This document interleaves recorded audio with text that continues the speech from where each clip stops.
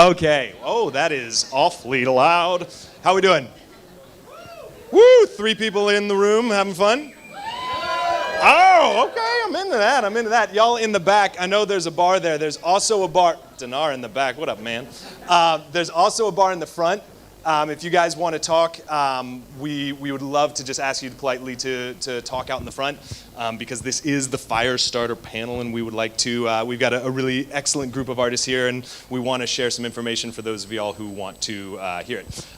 We have a shitload of seats here in the front. If you'd like to join us, feel free. Come on down. Welcome. Many thanks to Spiridon for putting this on.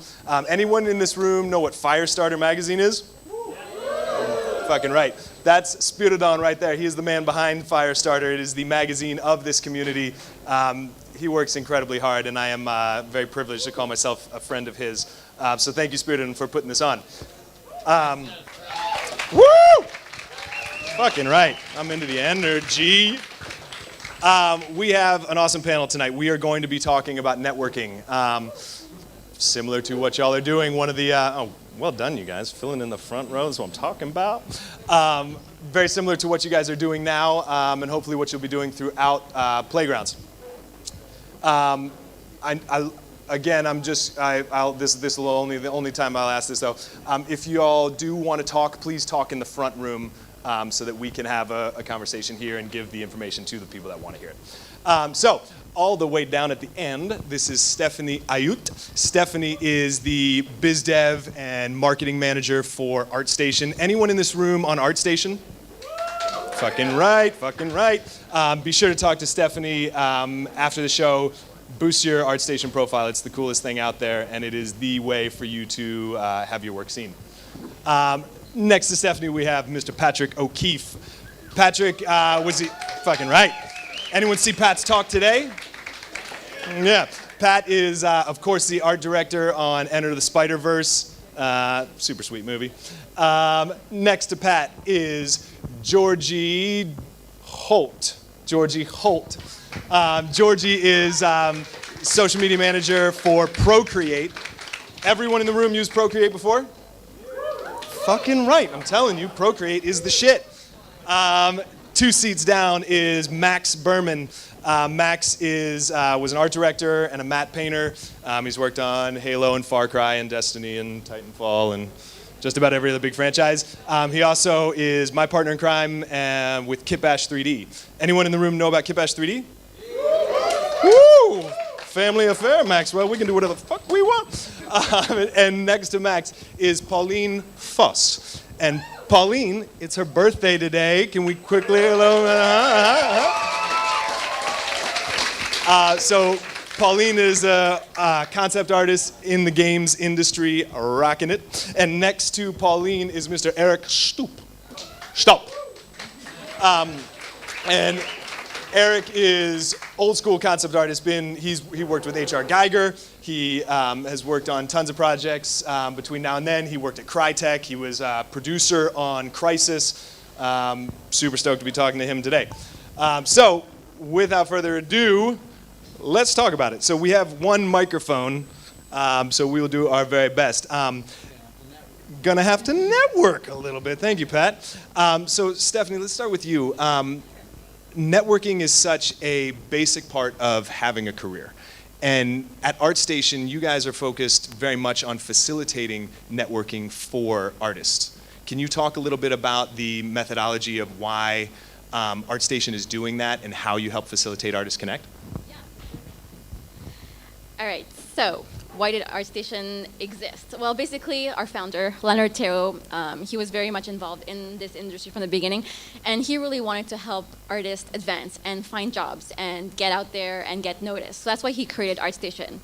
And so at the core, ArtStation is a community platform, which is like a portfolio. That's how it's first started. And yes, it's a portfolio platform, but there are many features that are on it to help you connect with other artists. So, I mean, obviously the first thing you can think about in terms of networking is visibility. So ArtStation, we have over 9 million visitors per month. So in terms of visibility, like you're really getting out there and you're showing all the recruiters and everybody in the industry where you're at. However, you shouldn't be static in your portfolio. Like, you should message artists, you should engage with artists. We have like a follow button where you can follow artists. You can comment, So don't just have your portfolio and just sit back and do nothing with it, Really engage, see artists that you love, connect with them. That's what, like, all these features that we have.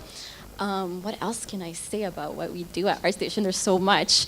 We also have challenges, which are there to get noticed, so you can work on a challenge, and then we have hosts. So if they see your work, they might like you. A lot of artists who did challenges ended up finding jobs through this opportunity, so that's really one good way to go about it. So these are just really quick, because I know there's other people on the panel, so I don't want to talk for like 1 hour, but. That's a great place for us to start. ArtStation is such an important resource, and if networking is of high value to you, ArtStation is an invaluable place. So thank you for all the work that you do and helping out the community. Eric, I'm sure, top question I'm sure on many people's minds, and I'd love to just start real early on with this. Can we talk a little bit about H.R. Geiger and how you two met and how you guys began working together? Yeah, sure. In terms of networking, the time when I started out networking with other artists, there was no ArtStation, there was no internet, there was no forum of that sort. So you had to be very lucky, and you had to be connected to certain jobs that would lead you through your path to reach a place. And in terms of Giger, it was just coincidence. I was working for an agency doing 3D scans of architectural elements that I was sculpting, and our agency boss was talking to Giger on the phone. I entered the room, he said, well, our sculptor just walked in and he wanted to talk to me. So that's kind of how this started out. So you kind of have to be lucky, but there's a way to provoke luck by just being in many places at the right time. Like events like this, you'll be exposed to other artists, you meet other artists, you talk to them. So luck is an important factor, but luck is provocable by being visible, which would be, the modern day ArtStation approach, though there's a lot of people there. So you have to increase your visibility by just being nice. So the one thing I could definitely add in terms of networking with others, just try to be nice, because that's what really gets you jobs, because people like working with nice people. And even though we met on coincidence, but then Giger asked me, well, is this, there's a certain sculpture that he wanted, and he asked me if I could do it, and I said, yeah, I can do it. And a week later, we met in Berlin, where he was working on a film set, and I would just bring the sculpture and say, here it is, you can have it. And that was just a gesture that he wasn't used to, because he was used to people wanting stuff from him. But suddenly, there I was, and I said, well, yeah, you can have it. Thanks for your work. And this kind of message that I sent to him by just giving him something and not wanting anything in return, I think that kind of bonded us in a weird way. So like 10 minutes later, we were sitting on the floor of his hotel room building penis guillotines, which were like something he needed on the set of his film. It was a pretty awkward device. And 2 weeks later, I kind of started almost living at his house, and we were working on films like Star Trek, First Contact, and Species, and stuff like that. So in my opinion, the one thing that always broke the ice was just be nice. And don't always demand, but give. So that I kept that practice. I always gave away artwork to other artists, because they gave me so much in return by just doing great art that inspired me from my childhood days on. So I'm not saying that all of you guys should now go out and hand out all your original artwork, but sometimes it helps to give more than you want to take. I kind of want to leave it there. Cool. Yeah. No tears, please. Keep your tears inside. I love that. I think it's so important to bring value. And I think when people are, especially in the social media age, when people are reaching out, they often say, hey, here's what I'm trying to do, and look at my work, and here's what I want. And I think it's so important as we go through this to try and find ways that you can understand what someone else is trying to achieve and see if you can help them on their journey. Max, do you have, when thinking about bringing value to people, how do you think about that when you're thinking about outreach, or when you want to engage with someone that you're trying to work with? Sure. I mean, this is something we do not just with other artists that we're networking with, but we do this with everyone on our team. The first thing that we try to do when we want to work on something with someone or we just align with someone is know what their goals are. Like, what are you trying to do? And so when I reach out to an artist, one of my first questions is, what's next for you? What's your goal? What are you trying to accomplish? And maybe what you're trying to accomplish is along the same route that we're trying to go in. If that's the case, then we can find a win-win situation where we both can collaborate on something that gives us both what we want for, whatever the project is.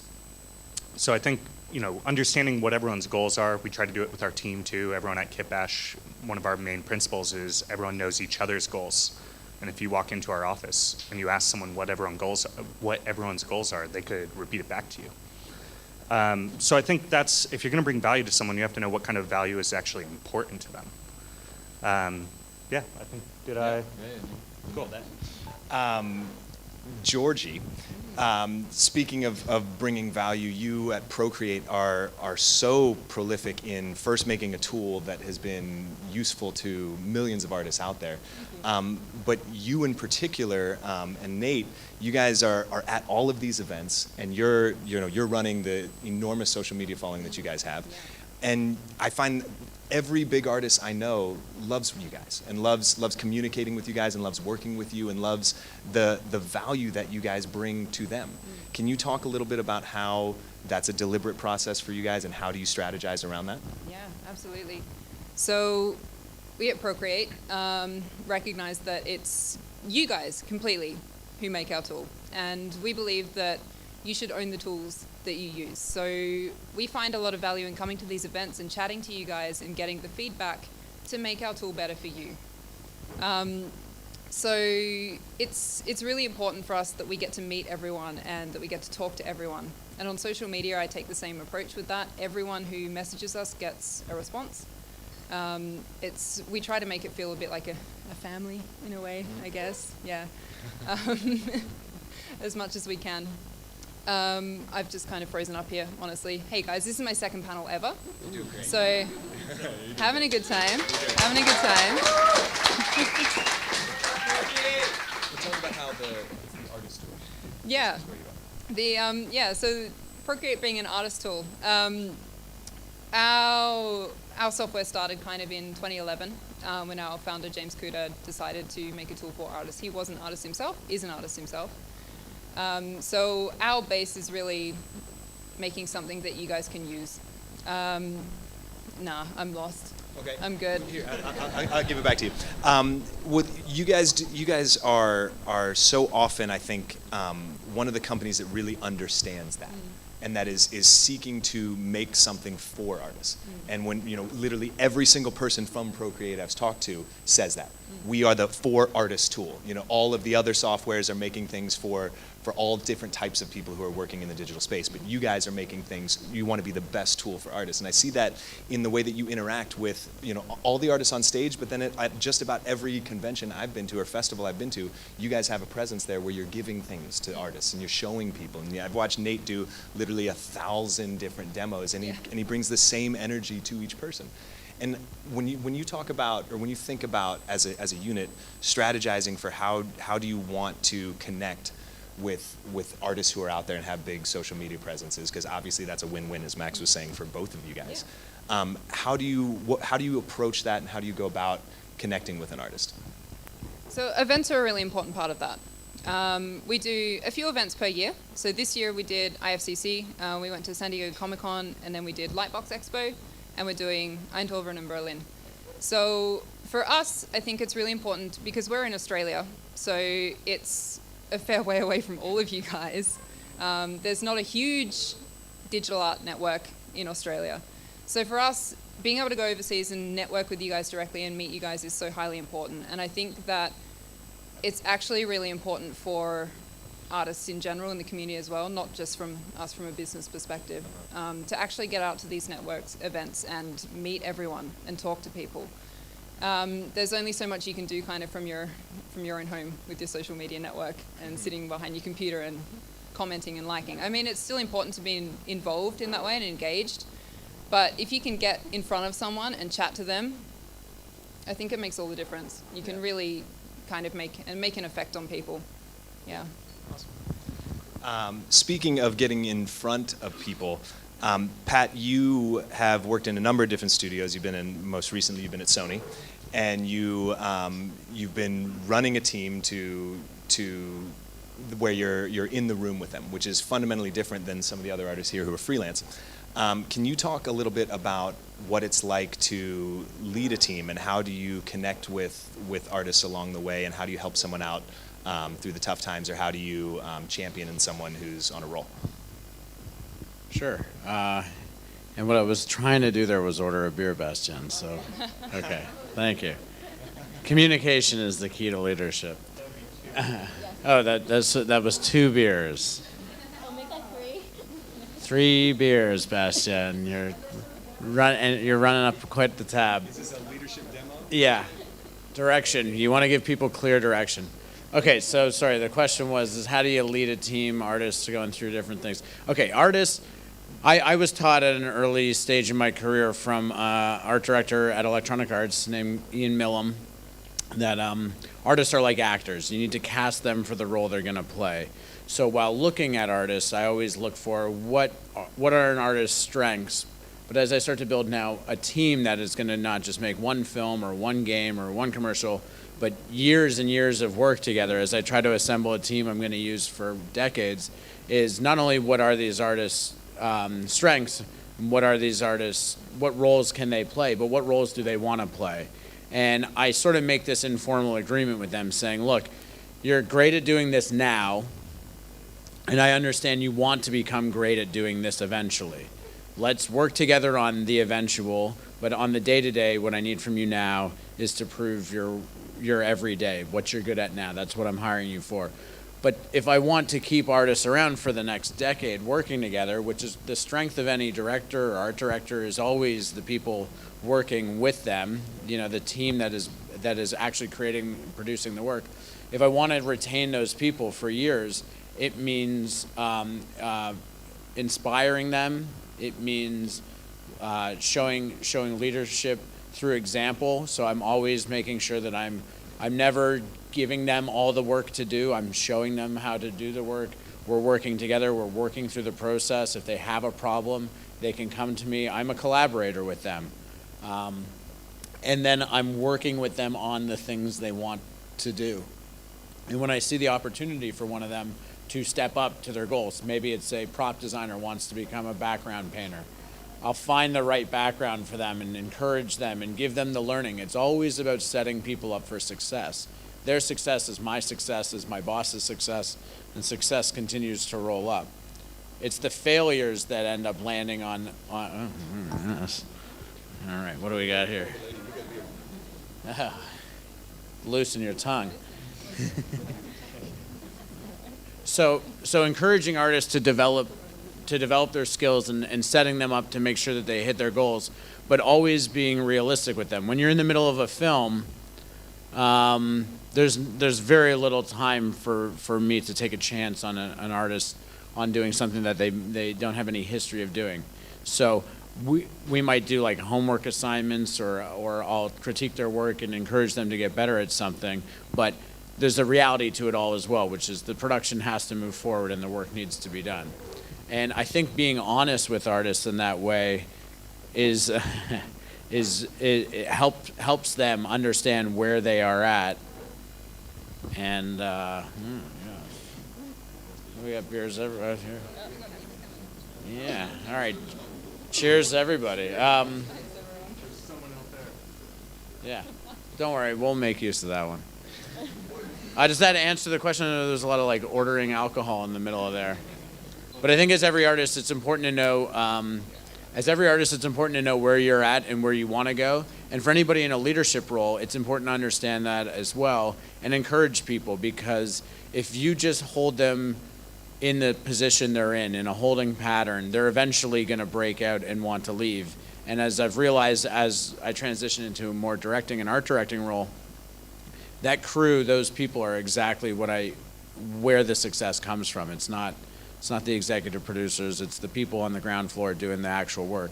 And so encouraging them to reach their goals and be part of their goals creates these long-lasting relationships where they want to stay with you.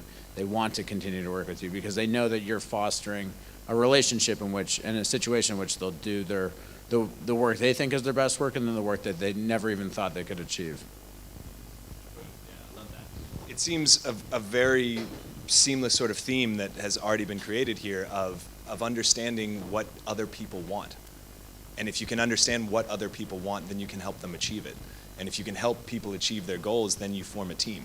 And that's, I think, such a consistent thread that all three of you guys just brought up. And Pat, one of the things that I so admire about you is your ability to articulate, your ability to order a beer from a stage. That's what I was going to. No, is your ability to articulate what it is you're trying to achieve. I think it's a very special, specific skill to be able to communicate art through words. And I think the first time I saw this in Pat, it was in 2017, and at Kit Bash we did an event called the Kitmas Bash where we had a tournament, and Pat and Emmanuel Shu and Nick Hyatt and Alex Fagini came on and coached artists who had won a contest through Instagram with us, and they coached them in a live streamed head-to-head tournament. And Pat was there, and he was live streaming with a 19-year-old kid in the Philippines, and he was in real time drawing doing quick sketches and holding them up so the guy could see it and explaining to him as he changed. And I think it's such a cool thing to watch you explain your work, and I hope you all got to see his talk today. Because he has such a specific way to. Was that a beer note? No, that was a mic note. Yeah. Yeah, do it. Max and I were talking. Don't put that in there. We were having that conversation sort of last night, Max, about like, and I think if we were to boil it down to one thing, it's like the communication is always in the directing is always on the failure of the communicator.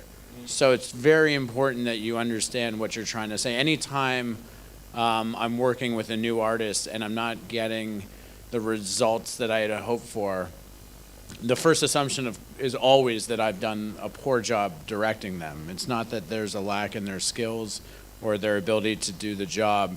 The very first thing I always look for is, first of all, did I give them the right direction? Are they understanding the direction?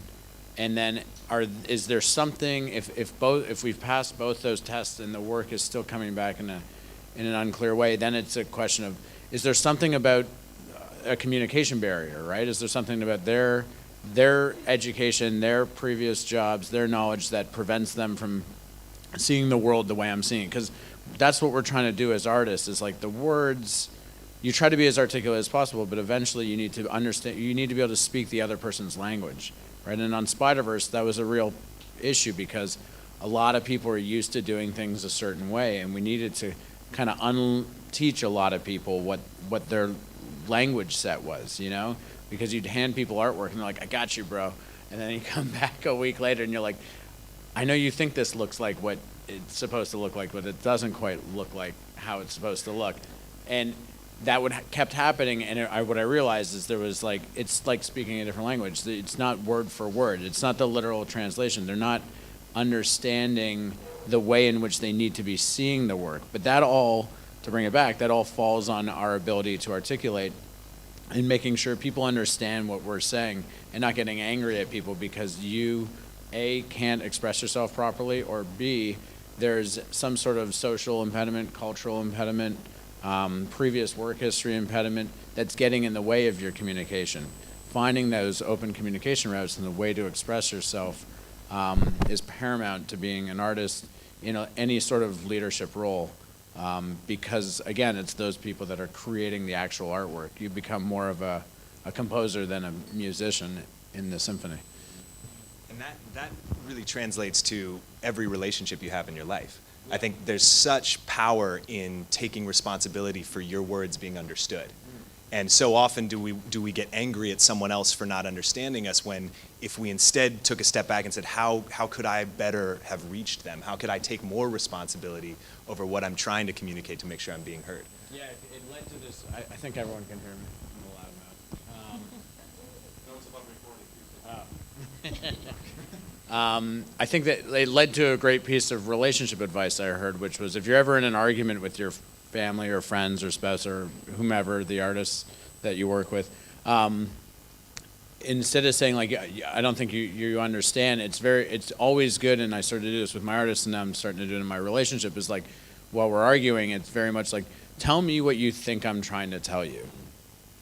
And more often than not, what you're going to end up hearing is not what you're saying. And that's not their fault, because it's nobody's fault. The goal here is clear communication. And so when they say, oh, well, you're saying this, and you're like, that's not what I'm saying at all. You want to step back and understand everybody's this machine that's taking in information, processing it, and then regurgitating it. And if that information's a little faulty and their processing mechanism's a little faulty and then their delivery system is a little faulty or not perfectly aligned, miscommunications happen. And when you're making like $100 million movie and every executive from Disney to Marvel to Sony is breathing down your neck, communication is paramount. It's interesting you said Paramount after Sony Marvel. Well, thank you, Pat. And Paulien, slightly different work experience where you're freelance. And I know that you're very active on social media, and you make an effort to outreach on social media and to connect with people. Can you talk a little bit about how that affects your career? Does it help you get jobs? Does it help you continue work? So the thing for me is that only 2 years ago, or 3 years ago, I only discovered that there's something like an art community, and there is something like these art events. And when I've been to my first art event, I was working back then as a art director, 3D generalist at a Berlin startup that had nothing to do with this industry. I just realized there are so many people who just make a living from painting. I should try that. And then I went freelance. It was 2 years ago. And those art events and actually meeting people in person made a huge difference to me, because the thing that I can add to what Eric, for example, said about giving and being nice, I can absolutely support that, but it's also about building meaningful human connections and actually making friends. And to realize that there's, even if we are on an art event, when you're at the bar at night and you have drinks together, there are more things to talk about than only art. And this is how you really connect with each other. And this is how I found a few of my best friends today, where I found out, okay, Jana Schirmer is actually living 20 minutes by foot away from me in Berlin. We started to have pajama sketch group sessions, and she was then when I started out freelancing, and I haven't been painting in a while, so I was starting to do that a lot more. I was starting to get better, and she was recommending me to Valve. And Valve was my first job as a freelancer, and that's a dream job when you start out. And then you just keep on being active and to put yourself out there, to work on your personal artwork, what you're really interested in. So you do not just like, for example, I love to do figurative art, like I love to paint people, and I just did once for an application a spaceship design. So there was this one piece of spaceship design in my portfolio, and people would start to contact me constantly to design more spaceships, but this was the opposite of what I actually wanted to do. So I focused more on doing what I really, really loved, and people still up until today, they do not know my professional work. They only know my personal work online. So companies actually start to contact me because they see what I love to do, and they hire me for that. And through making more friends and more connections, this is only within 2 years, I then started to work with Procreate, for example, and I just signed the papers for Magic, The Gathering, and it's just, thank you. It's been a wonderful, exciting 2 years for me. It's like my whole life shifted around in such a short amount of time. I've never been so happy in my life. And this is because it's 50% networking and communication. And social media is a huge part too, I think, because this is how you meet before you, like there are so many people that I meet at the events because you already connected online before. So it's worth having a look. I get that for many people it's hard to put themselves out there. Eric, for example, he's one of the most wonderful artists that I know, and he has so much experience, but he still has to learn to put himself more out there, and I'm really trying to push him all the time. Because it's worth it, and I mean, it's your first art event like that, right? Yes. And you like it, right? It's wonderful. I'm an art event virgin in a way. But this kind of goes into this whole theme of networking. I was told to tell more anecdotes because to some people that's more exciting. Like back in the 90s, I know some of you were like 3 years old, but when you wanted to meet people, you just walked up to them, and it was easy. I remember I hung out with Neil Gaiman so many times before he was famous, and we had coffee and just talked about everything because he was approachable. Why was he approachable? He was there, and he's just a nice person. So these things work, and this is how I almost got in contact with everybody. I just approached him, and I was trying to be nice, which worked out most of the time. And they were nice back, and suddenly there's a connection. The other thing that is really important, especially for us artists, we're of a certain kind, and artists recognize other artists. It doesn't matter how good you are, how long you've been exposed to actually doing that craft. Like today I was talking to a lot of people and I said, how long have you been sculpting? I said, well, 42 years now. That sounds like, oh my God. But if somebody comes up and shows me like, this is my second sculpture, yes, it's your second sculpture. So there's a long path ahead of you. So always consider this. You're always going to be an artist to other artists as well. And they're going to respect that because everybody started. All of us here, we started at some point. All of us had a second piece of art. All of us had like a 10th piece of art. So always consider this when you approach other artists, when you have questions, they all started out the same way. And they will recognize that. It's not like, it's different when you're meeting fanboys. Some of you might actually have that problem. When there's fans who just drag, they're like vampires, they want to suck you out in some sort of a way. I did have some time in the music industry, so I met a lot of those vampires.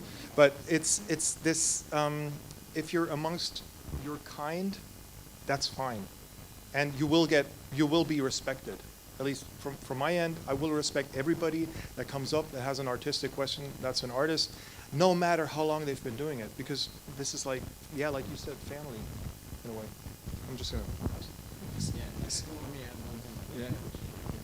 And one thing I want to add to that, because it reminded me, it's like, I was always encouraged by this thought that, there's this saying where it's like, it's a dirty job, but somebody has to do it. That's applicable for every single job, not just the dirty ones. Somebody needs to be, the next art director of the next, I can't say, the next film that's being made. Somebody needs to be the next visual development artist. Somebody needs to be the next Time illustrator or illustrator for Time magazine. These positions are all available and waiting, and the people on one side of the fence, you're dying to get into it. On the other side of the fence, they're dying to find the people that can do the job. So I always found that thought super encouraging to think like it is an artist community. Like you say, we're all looking for connections with each other, do good work, and the jobs are waiting for somebody to come and take them. The connections, the relationships, people are looking for those connections and those relationships. They're not hating on you or threatening of your attraction towards the position. Somebody asked me a question earlier today. How do you feel about, like, is there pressure that somebody's going to come take your job because there's so much pressure and competitiveness in this community? I was like, no. If I can find 10 people to take my job, that'd be fantastic. Then I can just take the next job up because now I have 10 amazing art directors. So don't ever be discouraged by that, and always like rely on the community, invest in the community, create the relationships, because one day that perfect spot is going to open up. Yes. Well, I want to add something, because I'm originally somebody that's super shy, and I'm an introvert, which you wouldn't believe because I'm sitting on this stage, okay? So, but basically, also when I'm at these events, I also noticed that a lot of you are very shy. Not all of you, but a few. And a lot of you also suffer from the imposter syndrome, where you're really afraid and you doubt yourself. You're your biggest critic, And sometimes at ArtStation, like they're like, oh, we have plus and pro accounts. Like, oh, I can never get a pro account. I'm not a pro. yeah, that's not what pro means. It just means you're paying more. That's all. So yeah, that's pretty much it. But I'm like saying, don't be shy. Don't be your biggest critic, because I actually started like 15 years ago. I actually went to art school, and I had imposter syndrome. I was really scared. I was like, oh, I'm not a good enough artist. I suck. And then what happened is I did not become an artist, because I was like, nope, my art is shitty. And nobody else was saying that. I was just saying it. And I didn't put myself out there. I didn't like try to make connections. I didn't try to try to connect with people that would inspire me and try to grow, because I had this fear inside of me. And basically what I want to tell you guys is, don't be shy, don't have the imposter syndrome, because you're your biggest critic. So what you should do is really go out. If you see an artist that you like, don't be shy. Don't be like, oh my God, he's never gonna embarrass, oh, maybe I shouldn't, blah, blah, blah. No, go out, send him a message. Worst thing he'll do is he'll ignore you. Then you just move on and you find somebody else. But I just want to tell you guys, like, just go out there, push yourselves, don't be shy.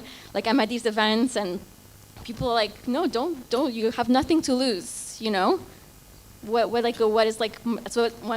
my mom said. Don't be shy, you have nothing to lose, it's not the end of the world, you're healthy, you're fine, so go out there, apply for jobs, and yeah, don't be scared, that's my lesson, life lesson. I love that. I think to build on that, there's no amount of projects or credits that will take imposter syndrome away. It does not end. Yeah, seriously, 200 projects later, and I still think my art's shit half the time, and the other time I'm completely think I'm the best artist in the world.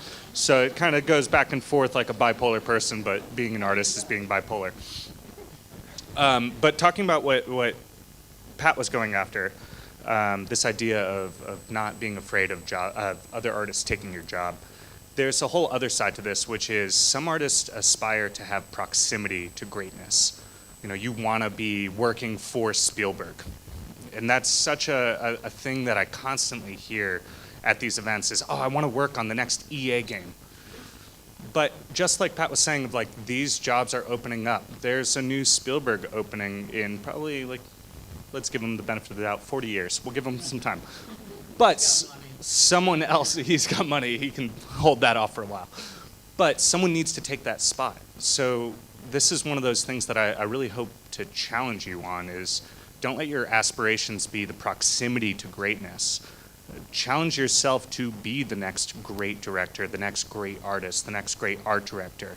Don't just look at someone and say, I want to work for that art director. No. I want people to look at me like they look at that art director. Or I want to have an impact on the art community. I want to have an impact on entertainment, on fine art, whatever it is, the same way that that artist was able to have their impact on it. So I just hope to challenge you on that and let you know that those are openings that are also happening constantly. Fucking right. Yeah, there's a little thing I would like to add to that. All the artists that you admire, they were admiring somebody else. So we're all standing on the shoulders of giants. Just follow the path of inspiration of the people that you really look up to. They were always looking up to somebody else. I think the only people that didn't look up to anybody else were like the cave people who painted horses and hands on the walls of caves. So that's always going to be there. Everybody knew this phase of being in awe of somebody else's work, and sometimes it's really valuable to look at who is your biggest inspiration, who was their biggest inspiration, and that's something that it doesn't devaluate anything, but it makes things a little more humble. And it's actually something you should ask every other artist, even the celebrities that you meet. So who is your big inspiration? And just try to follow that path. It sets everything into perspective. So yeah, and it's like the opposite, because I'm the old fart here. So I'm looking backwards and you guys are looking like forward. All of you will be that star, or could be that star in 10 years, in 20 years. So never forget that. Can I add one thing on top of his first? I just want to play off of the looking at their path. Chances are, if you admire an art director or a director or an artist, chances are they were lost for a long time and carved some new path out for themselves. And I think that when you look at that and you see someone who's doing something groundbreaking and new, you can see the end result when they've found acceptance of what they're doing. But if you can find the comfort in the fact that they probably spent a long time carving their own path, feeling completely lost and not knowing where they were going or what they were doing. And so it's okay if you feel that way, and look at those artists as the comfort to go and do something different, find your own way, do something completely off the grid. That's how all of them got to that place in the first place.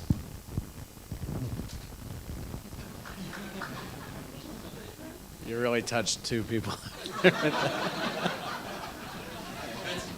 That was awesome. That's all you can do. It's all you can ever hope for. Yeah, one at a time. Two at a time. You're killing it. I just wanted to say, like, the healthier approach to what Max was saying, where it's like, oh, I want to work with the next Spielberg because, or I want to work with the next Kubrick, or I want to work with Spielberg because, or that proximity to greatness. I want to be with that. Oh, I want to work with that art director so I can do what they do. The healthy approach in the way I've started to, and we've talked about, the three of us actually hang out a lot and talk about this type of stuff, started to think about it as, oh, I want to work with that person because I appreciate their work in a way, and there's lessons to be learned there. And so it becomes less of I want to work for my proximity to greatness, but I want to learn from and study under. On the film, I got a chance to work with Phil Lord and Chris Miller, which since I was like a kid, I would bootleg their Clone High TV show. And now that I've gotten to work with them, at first I was just starstruck to work with them, but it took me a little while to realize it's like they have so much to teach me in what their work that they create, how that connects with me and audiences everywhere. And it's not about drawing or painting, it's about understanding your audience, respecting your audience, and fulfilling their desires, even though they might not be fully aware. And so take any opportunity you can while working with somebody whose work you admire to dissect not only why you admire their work, but what are the lessons that you can learn from it so you can better improve on your own future work.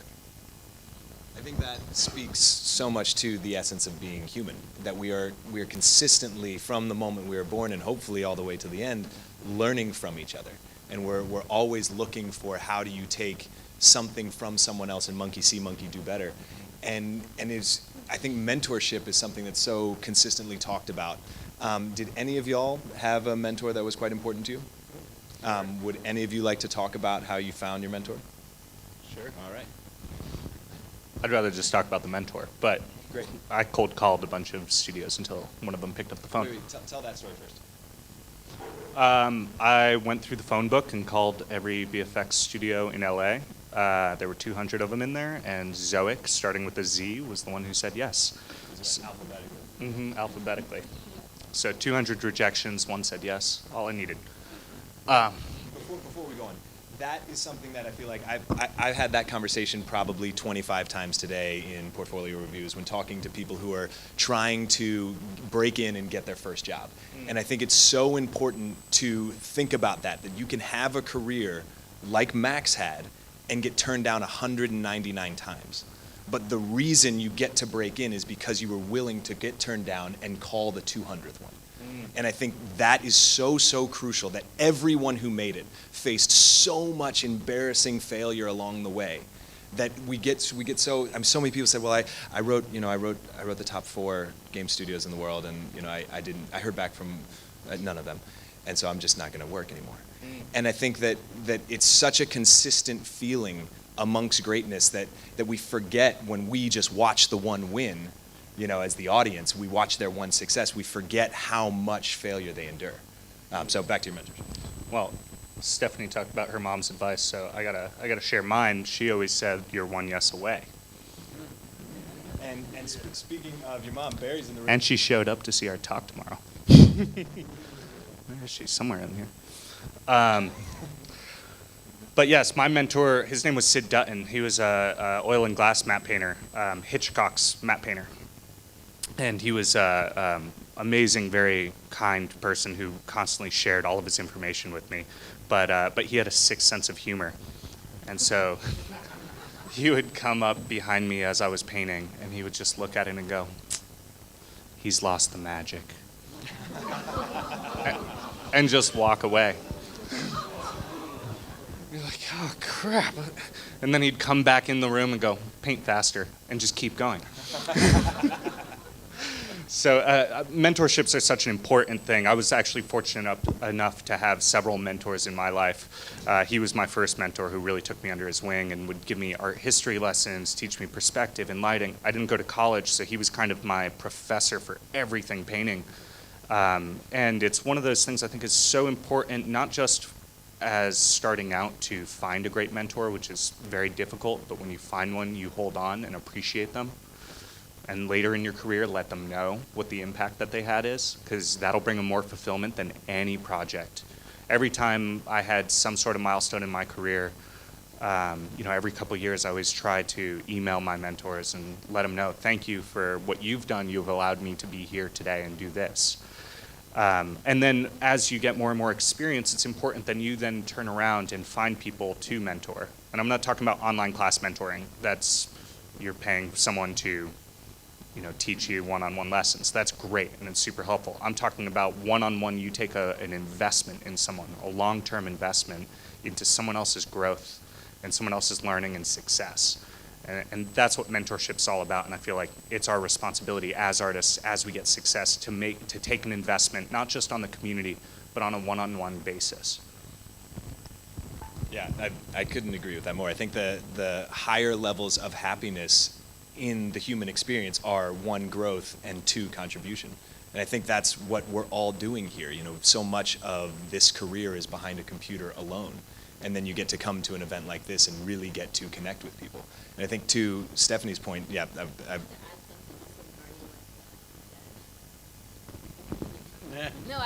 One thing that clicked with me is that at ArtStation, a lot of people come to us and they say, oh my God, thank you so much, ArtStation. Like, thanks to you, I found a job at this awesome studio, and thank you so much.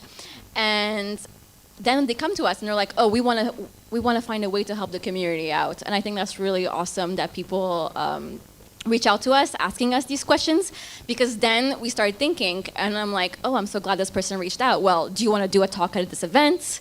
And then that's how I got do you want to be like an ArtStation learning instructor? And then do you want to be a challenge host? And all these opportunities come back, and they're so happy to be able to help the community and share the knowledge that they gained and just give back. So I think that's really awesome that in the artist community, people are willing. There's this exchange that's going on, and I find that really inspiring. Yeah, such a fun time to be part of this community. Pat, I want to talk about something that I know is very important to you as we talk about giving back.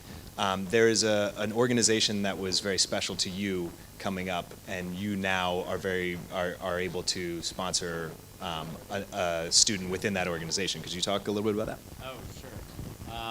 Kind of touching on what we were discussing there, mentorship and then apprenticeship. So I've always been on the hunt for a new mentor, always open to filling that role, but even then I realized while I was in college that I was taking on apprentices that I wasn't even totally aware of. Those relationships are super organic, and so I've gotten to a point in my career where I got some money, I'm doing all right, and some notoriety, and the most important thing now to do is pay that back and make sure you share that wealth of information. And so when I was a kid, when I was like 16 years old, I guess my first mentor, my high school art teacher, pointed me in the direction of a afternoon drawing, evenings and weekends drawing class. And it was run out of like this garage. And I grew up pretty poor. My mom raised 4 kids on her own, and times were tight. It's just how it was. And these guys that were running this drawing school were fantastic, Jerry Sternick and Vincent Peets. And I met them, and I was just like a crazy kid, just like doing graffiti and showing up with like sketchbooks full of spray paint and stuff. But they could see my enthusiasm. And so they were very generous towards me and allowed me to pay for the program on like a very unscheduled schedule, where I'd be like, hey, here's like $50 and here's $37, and but they were always great at helping me out and helping me stay through the program. So just over the summer, I'm taking the opportunity now. Like I said, things are going well. And it was right time to now kind of put the money where my mouth was and start a scholarship fund to their program, looking out for kids that were just like me in my position. Because we all, it's important that you do your best work and are always ready for opportunity, because it's going to knock. And that opportunity can come in the way of a scholarship or a mentorship or whatever it is. And I knew that, I believed that as a young kid, like, I just needed an opportunity. I just needed a little help, a little charity from somebody to get me in the door. And that willingness to accept it, and then my desire to take advantage of it in the right way, to take the situation and live it out to its fullest, is what led me to finding the career and the relationships and everything I've had. So now it's important to realize where you are at, and turn around and bring up the people that are behind you, and still praise the people in front of you, and recognize, like you were saying, those that have brought you along as well. Awesome stuff, and I think it's so cool that you're able to fulfill that loop, and give back to the organization that helped you along the way. Yeah, and it's like a financial scholarship, but then a monthly check-in with myself. So artists, that the mentorship is more valuable than the money. It's the connections that you make with people. So we've talked about leadership from up and down the career path. And Paulien, you had mentioned that you got your first job from a sketch pajama party with one of your friends. And I think there's another dynamic that exists. There's mentorship and apprenticeship, but then there's teammates, and there's people at your level that you will rise with along the way. And Max, you have a very close buddy of yours, Nick Hyatt.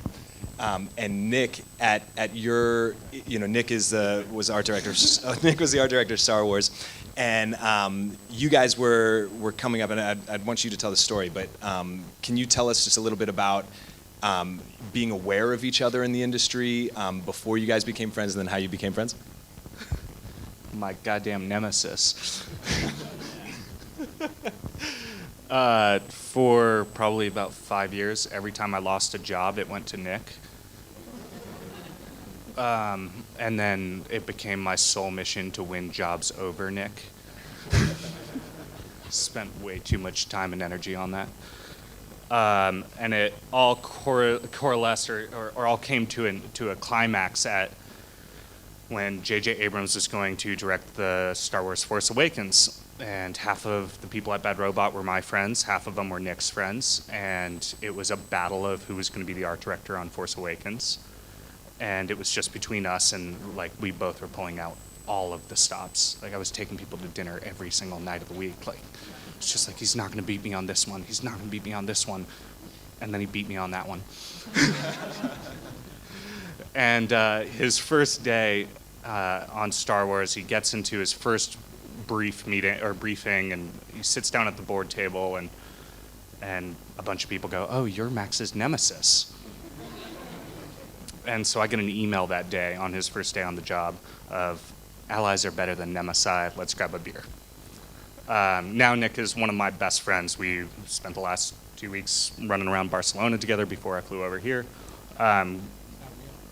It's how I know Pat.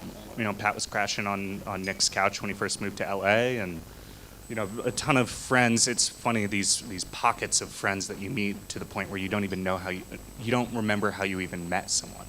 And when Nick and I became good friends, our whole group of friends just merged together into this massive network of people in LA. And I love him to death, and he challenges me and pushes me to be a better artist and be better at puns.